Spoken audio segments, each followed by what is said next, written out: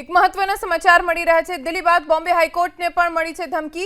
ધમકી મળ્યા બાદ બોમ્બે હાઈકોર્ટને ખાલી કરી દેવાઈ છે। બોમ્બે હાઈકોર્ટને બોમ્બની ધમકી મળી છે। દિલ્હી બાદ હવે બોમ્બે હાઈકોર્ટને બોમ્બથી ઉડાવી દેવાની ધમકી મળી। જો કે ધમકી મળ્યા બાદ તમામ વકીલો અસીલો બહાર નીકળી ગયા।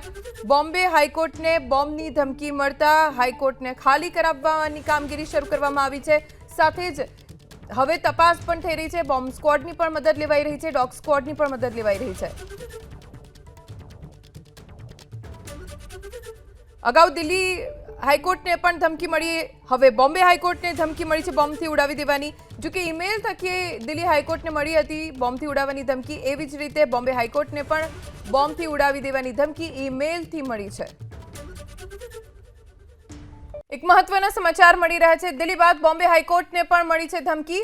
ધમકી મળ્યા બાદ બોમ્બે હાઈકોર્ટને ખાલી કરી દેવાઈ છે। બોમ્બે હાઈકોર્ટને બોમ્બની ધમકી મળી છે।